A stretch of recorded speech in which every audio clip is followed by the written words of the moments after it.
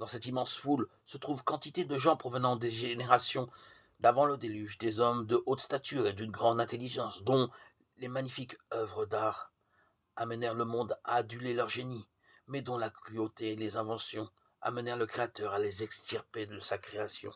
On y voit des rois et des généraux qui ne perdirent jamais une bataille. La mort n'a produit aucun changement en eux. En sortant du tombeau, ils sont animés du même désir de conquête qui était le leur lorsqu'ils tombèrent.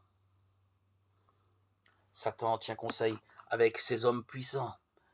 Il déclare que l'armée qui se trouve à l'intérieur de la ville est insignifiante comparée à la leur, et qu'il sera facile de la vaincre. Des artisans habiles fabriquent des instruments de guerre, des chefs militaires rassemblent ces foules en compagnie et en division.